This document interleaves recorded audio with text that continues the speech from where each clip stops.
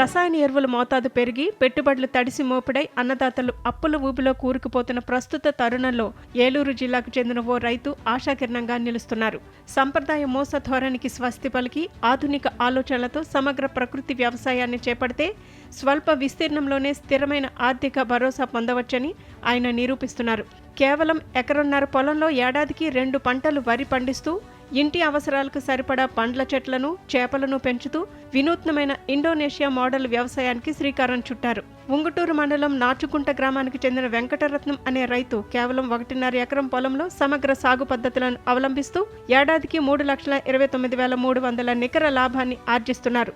తద్వారా ఉమ్మడి గోదావరి జిల్లాల రైతు లోకానికి ఆదర్శంగా నిలిచారు. 2015లో హైదరాబాద్లో రైతు సాధికార సంస్థ నిర్వహించిన సదస్సులో ఇండోనేషియాకు చెందిన సమగ్ర నమూనా ఆయనను ఎంతగానో ఆకర్షించింది. మెట్ట ప్రాంతం, బోరుబావి ఆధారిత భూమిలో పట్టుదలతో ఈ ప్రయోగాన్ని ప్రారంభించారు. మొత్తం ఎకరన్నర విస్తీర్ణంలో మధ్య భాగంలో 70 సెంట్లలో సంప్రదాయ దేశవాళీ వరి సాగు చేస్తున్నారు. పొలం చుట్టూ 5 మీటర్ల వెడల్పు, 2 మీటర్ల లోతుతో భారీ కందకాన్ని నిర్మించి అందులో నీటి పొరలకు అనుగుణంగా శీలావతి, కట్ల, కొరమీను, రూప్చంద్ వంటి 4 రకాల చేపలను బహుళ అంచెల పద్ధతిలో పెంచుతున్నారు. అదే సమయంలో చెరువు గట్లపై ఏమాత్రం స్థలం వృధా కాకుండా దాదాపు 50 రకాల పండ్లు, పూలు, కూరగాయల మొక్కలను పెంచుతూ బహుముఖ ఆదాయాన్ని పొందుతున్నారు. 2007 నుంచే రసాయన ఎరువులు, క్రిమిసంహారక మందులను పూర్తిగా నిషేధించిన వెంకటరత్నం స్వయం సిద్ధ పద్ధతులతోనే నేలను సారవంతం చేసుకుంటున్నారు. మొక్కల పోషణకు ఘన, ద్రవ జీవామృతాలు, పంచగవ్య, చేప, బెల్లం ద్రావణం, కోడిగుడ్డు, నిమ్మరసం మిశ్రమాలను వాడుతున్నారు. తెగుళ్ల నివారణకు మేకలు తినని 33 రకాల ఔషధ ఆకులతో ఆవు మూత్రం కలిపి కషాయాలను తయారు చేసి పిచికారీ చేస్తున్నారు.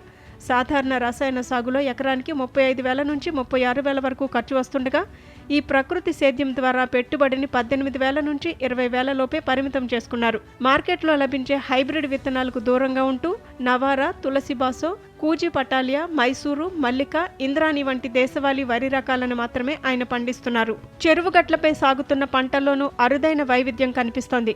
మధుమేహ బాధితులకు ఉపయోగపడే రకాలతో పాటు తైవాన్, సఫేదా, గులాబీ, బీట్రూట్ వర్ణాల్లో ఉండే 6 రకాల జామలను పెంచుతున్నారు. అరటిలోనూ గెలకే 1000 కాయలు కాసే సహస్రవల్లి, చక్రకేళి, మహారాష్ట్ర రకాలను సాగు చేస్తున్నారు. వీటితో పాటు మునగ, సపోటా, మామిడి, నేరేడు, కొబ్బరి చెట్లు నిరంతరం రాబడిని అందిస్తున్నాయి. అంటే పాడి పంట అన్నారు, అంటే పాడితో పంట మొదలైంది. ఇంకా పంటతో పాటు ఇంకా రైతుల ఇళ్లలో బయట చూస్తూ ఉంటారు, కోళ్ళు ఉంటాయి, అన్ని రకాలుగా. అంటే కేవలం సేద్యం కానీ, వ్యవసాయం కానీ, పంటలు పండించడమే కాదండి, దాంతోపాటు ఉద్యాన పంటలు ఉంటాయి, చేపల పెంపకం ఉంటుంది, కోళ్ళ పెంపకం ఉంటుంది. ఇంకా అంటే ఇది వాస్తవంగా మనం ఈరోజు రైతును అన్ని రకాల శాఖలు అంటే ఒక్కొక్కరు ఒక్కొక్క యాంగిల్లో చూడవచ్చు, కానీ చేసే రైతు ఒక్కళ్ళే. దీన్నే సేంద్రియ వ్యవసాయం, సమీకృత వ్యవసాయం అని ఇప్పుడు కొత్తగా పదం అయితే వచ్చింది. కానీ దానికి మనకు తెలుసు పాడి పంటలే, ఎప్పుడు పాడి ఉండాలి, పంట ఉండాలి. నేను చిన్నతనంలో కూడా మేము వినేవాళ్ళం, అంటే పాడిని నమ్ముకున్న వాళ్ళు ఎక్కడ చెడిపోలా, పంట అయినా ఇబ్బంది పెట్టింది కానీ పాడి ఇంటి ఖర్చులకు వెళ్ళిపోతుంది. ఈ దిశగా ఏలూరు జిల్లాలో నిజంగా ఈ మధ్యకాలంలో యువకులు, కాస్త ఔత్సాహికులు, కాస్త ఇంట్రెస్ట్ ఉన్నవాళ్ళు, అంటే సేమ్ పీస్ ఆఫ్ ల్యాండ్లో అంటే వాస్తవంగా వరి వేస్తారు, వరితో పాటు గట్ల మీద కూరగాయల పెంపకం చేస్తున్నారు కొందరు. అలానే పండ్ల తోట, పండ్ల మొక్కలు వేసుకుంటారు, అది కొంత ఆదాయం ఇస్తుంది. ఈ వరికి ఉన్న వాటరు వీటిని కూడా కోఆర్డినేట్ చేసుకుంటూ మళ్ళీ చేపల పెంపకం. ఇప్పుడు అంటే చేపల పెంపకంలో పంటల మీద కంటే కూడా ఇనిషియల్ కొద్దిగా తొలుత కొంత ఖర్చు పెట్టినా కానీ లాభం ఎక్కువగా ఉంటుంది. రైతు ఆర్థికంగా నిలదొక్కుకోవాలంటే పంటను ముడిసరుకుగా కాకుండా విలువ జోడించి నేరుగా వినియోగదారుడికి అందించడమే మార్గమని ఆయన నమ్ముతున్నారు.